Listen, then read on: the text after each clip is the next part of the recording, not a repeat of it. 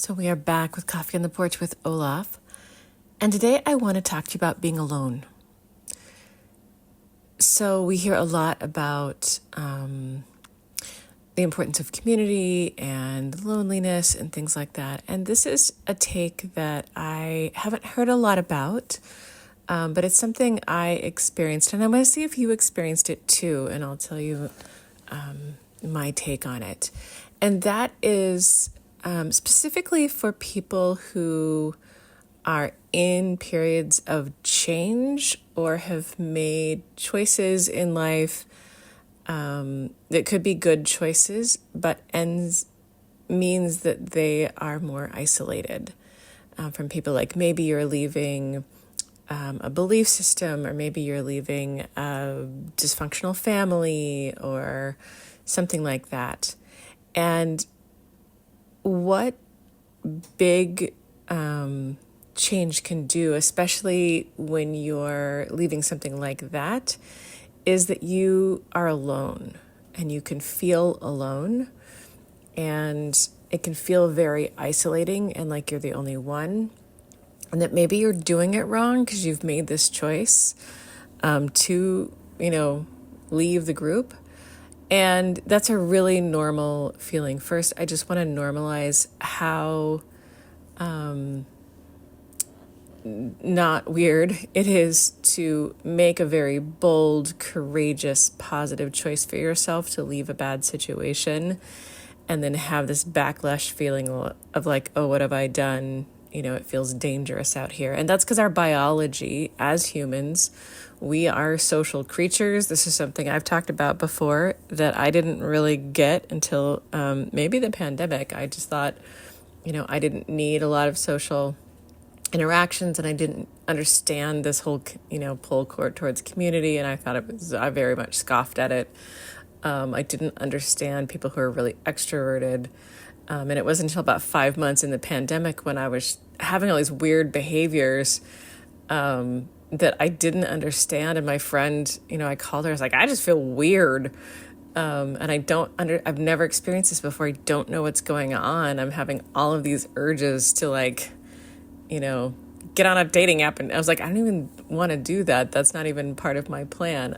But my pull towards being with people was very strong and very weird to me. I didn't even have words for it. And she laughed and she said, I think you're lonely. I think you're alone. And I was like, oh, is this what loneliness feels like? This is terrible. This is the worst thing. I was like, this is unbearable. And, she laughed. But I had, the world, at least in the United States, is a very extroverted world. You can't get away from people. And it was the first time in my life that I was single and alone, and I had no pets and I had no plants. Sort of my mantra of the pandemic was no partners, no pets, no plants. And it left me in this place of feeling very alone and isolated and exposed. And it was the first time that I realized it's actually a human biological need, like air and food and sleep. Like we really can't do without it. And if we don't have it, our brain will start figuring out ways it can get us to do the thing. And some of those are helpful, and a lot of those are not that helpful because that part of our brain isn't really the most creative part of our brain. It's just like, results. It's like, it's like the DMV. You don't go to the DMV for the aesthetic or the interior design. You just go there to get your license. It's just very functional. And so I tell you that story so that you, don't feel alone, but also, if you're dismissing the idea that you need a group around you, or you need support, or you need community, know that is very likely incorrect, because we are literal social animals. You can't get away from it. You are human.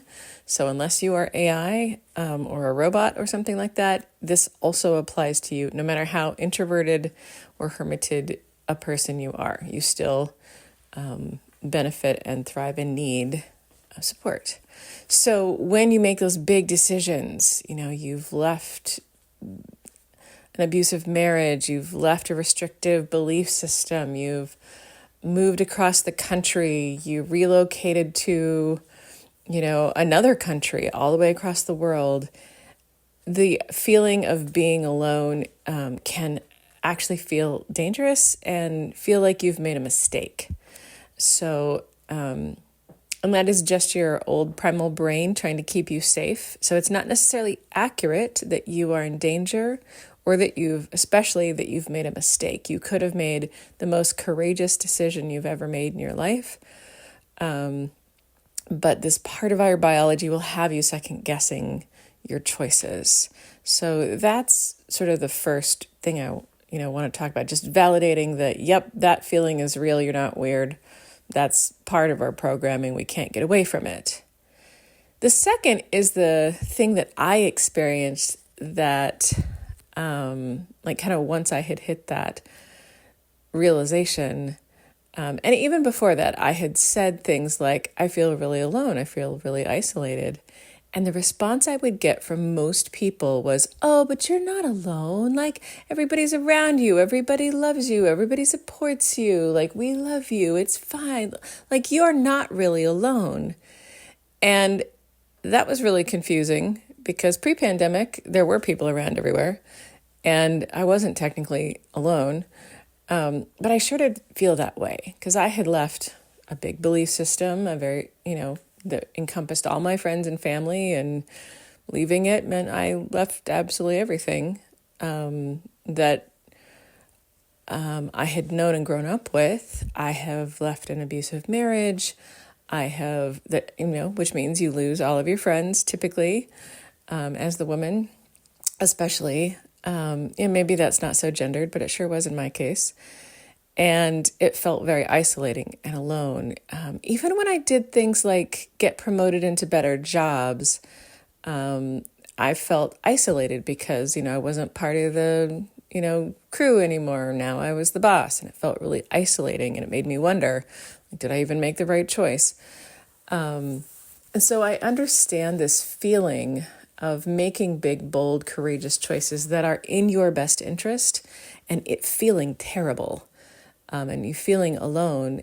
And the hot take that I want to offer is counter to everything that I heard about, like, oh, but you're not alone, because it felt really dismissive. And it made me, at that point in my life, it made me second guess myself, because I was like, well, maybe I'm not. I must not be. Everybody around me says that I'm not alone, so maybe I'm just, my brain is not working correctly or something. And the lens I want to give you that I hope is helpful is that when you feel like that, when you've made the big, bold choice and you've left something and you feel isolated and alone, you are alone.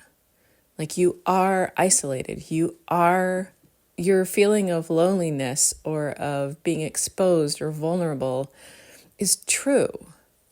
Like, what if you, instead of thinking like, oh, I'm not alone, I'm just being a baby, I'm just being, I'm weak, or like, I can just muscle through this, it's fine, everybody's right, like, I'm not alone, like, look around me, look at all the people.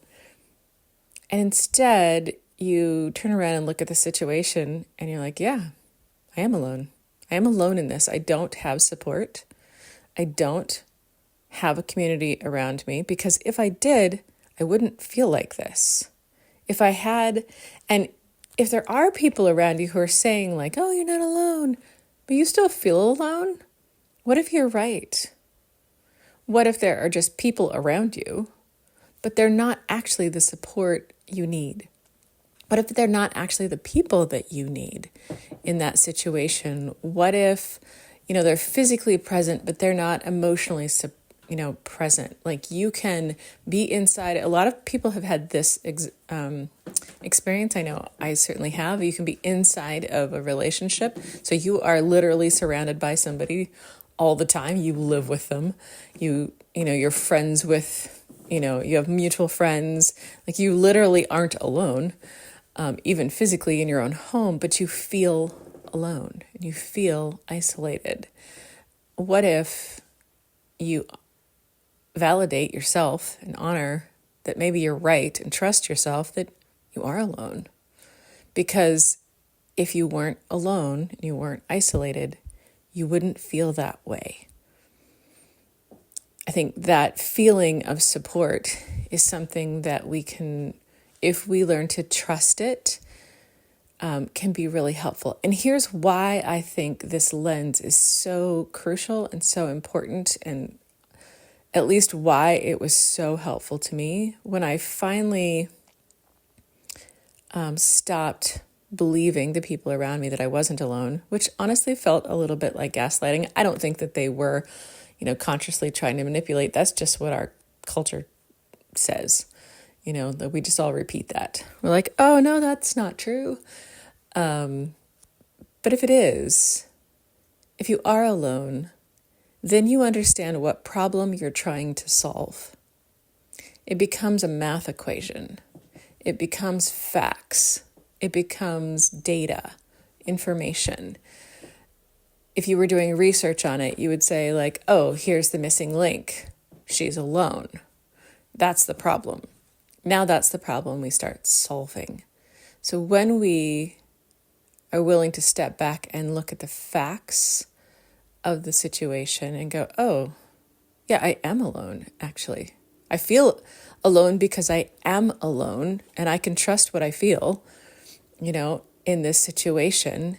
And that's something I can solve. Being alone and feeling lonely is a solvable situation.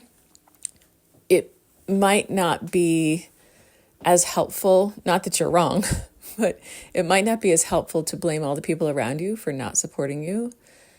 Just kind of allowing them to be who they are and do what they do. Just, that the level of support they are giving is the level of support that they can give you. That's the capacity that they have or the willingness that they have.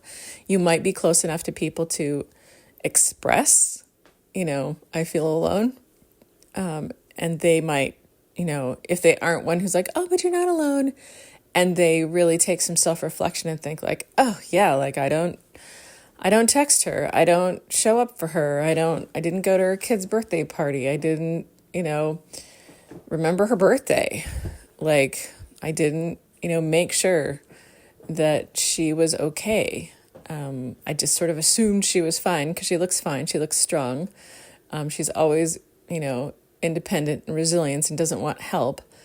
Like if your friend is that sort of self-aware and self-reflective, it can be really helpful to share with them. It can also be a good filter.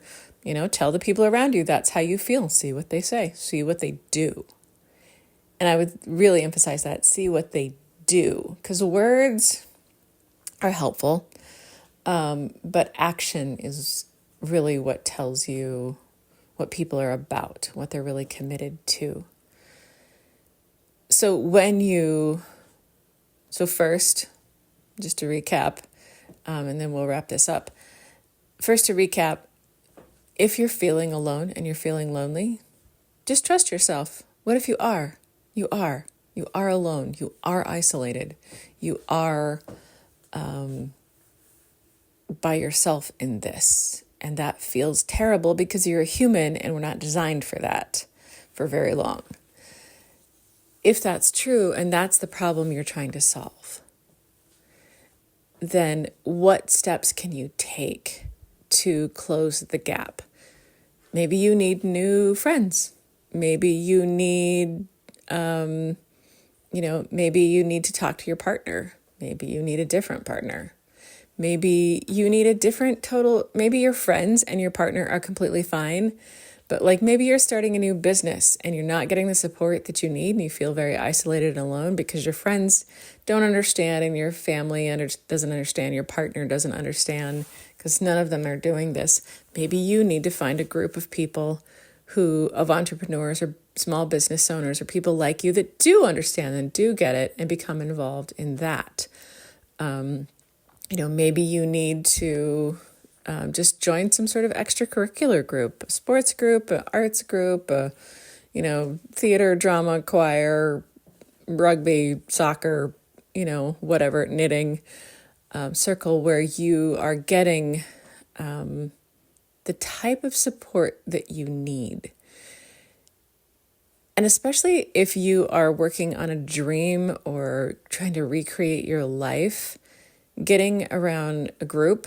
Does this sound like a sales pitch? It probably sounds like I'm leading right into one. Yes, there will be a shameless plug here at the end, but it doesn't matter to me if you join my groups or work with me or you find somebody else, because everybody has really different needs. Mine is kind of niche, so it might not be right for you.